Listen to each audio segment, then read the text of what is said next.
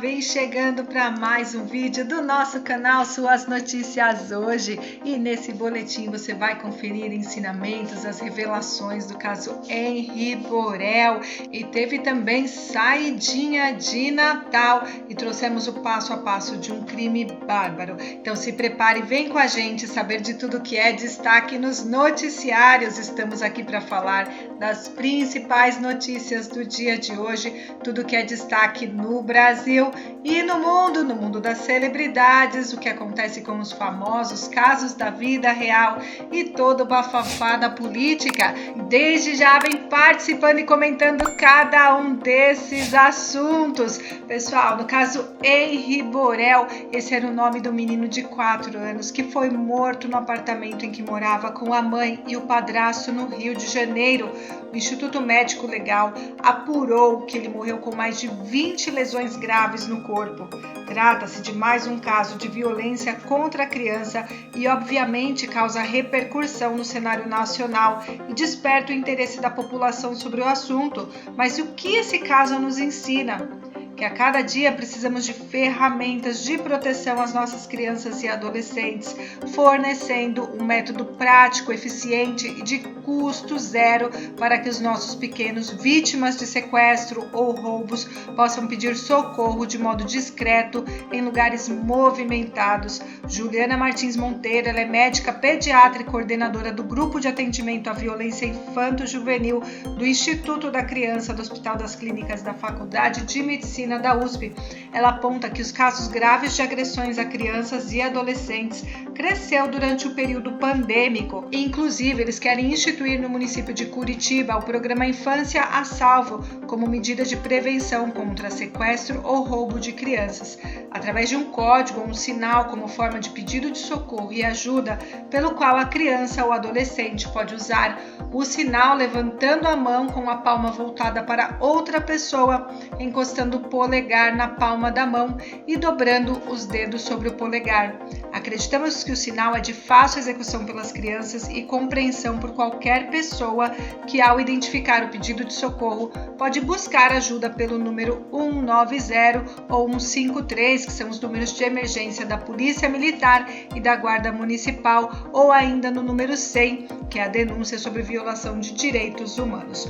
Quando um pedido de socorro for identificado por alguma autoridade policial ou guarda municipal, esses poderão proceder com a abordagem da criança ou adolescente e os respectivos acompanhantes, encaminhando-os às autoridades competentes e acionando o conselho tutelar. Infelizmente, a partir desse caso muito triste, devemos tirar diversos ensinamentos e o maior deles é redobrarmos a atenção sobre nossos filhos e temos muitas ferramentas para implementar então essa proteção na nossa sociedade. A gente vai trazendo mais notícias para vocês sobre esse assunto. E teve saidinha de Natal. As detentas Suzane von Richthofen, Ana Carolina Jatobá e Elise Matsunaga deixaram a penitenciária Santa Maria Eufrásia Pelletier em Tremembé, São Paulo, para a chamada saidinha temporária de fim de ano. Suzane foi condenada por matar os pais em 2002. Ana Carolina foi condenada pela morte da enteada Isabela Nardoni em 2008. Elise foi condenada por matar e esquartejar o marido Marcos Matsunaga em 2012. Saiu com um papel em formato de coração e enviou um recado à filha, com a qual não tem contato por ela ser criada pela família paterna. Ela disse: "Te amo, minha filha, nunca desistirei de você." O benefício iniciou no dia 23 e segue até o dia 3 de janeiro e tem direito a ele os presos que cumprem pena no regime semiaberto. Essa é a 4ª saidinha, como é chamado o benefício, no ano. Os anteriores ocorreram em maio, junho e setembro. O calendário é determinado pelo Poder Judiciário e a saída é concedida a presos que apresentam bom comportamento, já cumpriram uma parte da pena e estão no regime semiaberto. Esse ano, Suzane von Richthofen passou a cursar o ensino superior e a usar transporte coletivo para se deslocar entre a prisão e a universidade onde cursa a Faculdade de Biomedicina. Alunos e usuários do transporte público flagraram a presa embarcando em um ônibus em novembro. Suzane obteve a autorização da Justiça em setembro para estudar fora da penitenciária Santa Maria Eufrásia Pelletier, onde cumpre pena. Desde o início das aulas, a presa ia à universidade acompanhada por advogados, usando o carro de aplicativo na ida e na volta, mas agora tem optado pelo transporte público.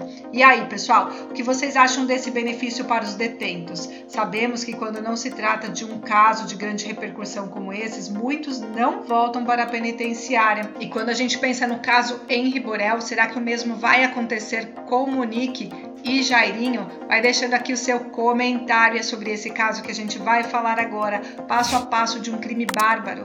Exatamente um mês após a morte brutal do menino Henri Borel, de 4 anos, sua mãe, a professora Monique Medeiros, de 33 anos, e o padrasto, o médico vereador Jairo Souza Santos Júnior, doutor Jairinho, de 43, foram presos na quinta-feira, dia 8 de abril, em uma casa na zona oeste do Rio de Janeiro.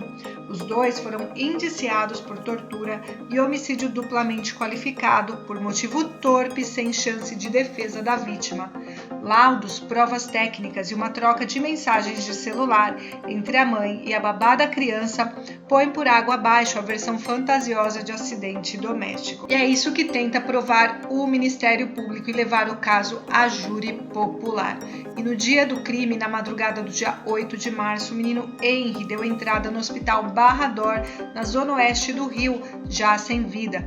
De acordo com o relato dos médicos, ele apresentava um quadro de PCR, parada cardiorrespiratória, e depois de sucessivas tentativas dos médicos em reanimá-lo, veio a óbito às 5h42 da manhã. Embora tenha diploma de médico, o Dr. Jairinho nem tentou fazer respiração boca a boca ou massagem cardíaca no garoto.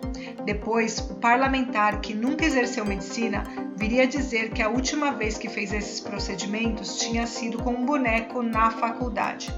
E vamos lembrar da explicação inicial. Ao buscar ajuda no hospital, a mãe, a professora Monique e o seu namorado, na época o vereador doutor Jairinho, não deram muitas explicações aos profissionais de saúde que atenderam a criança, apenas o encontraram com dificuldade para respirar, gelado e com olhos revirando. Aos parentes, chegaram a contar inicialmente que o menino tivera um mal súbito. E ainda na manhã do dia 8, o vereador fez contato com o executivo da área de saúde, pedindo que um médico do hospital fizesse o atestado de óbito, sem que fosse necessário passar por necrópsia no Instituto Médico Legal.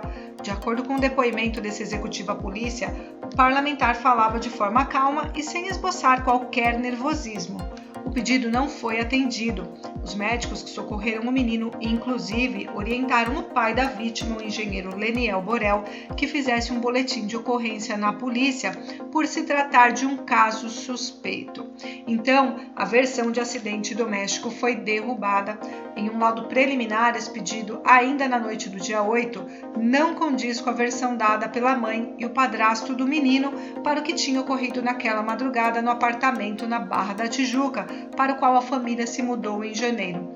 A necrópsia atestou laceração hepática, hemorragia interna provocadas por ação contundente e ainda havia lesões na cabeça e hematomas pelo corpo. E no primeiro depoimento do casal, uma semana após a morte de Henri, Monique e o padrasto do menino prestaram depoimento na 16ª Delegacia de Polícia na Barra da Tijuca, onde deram versões semelhantes para o ocorrido.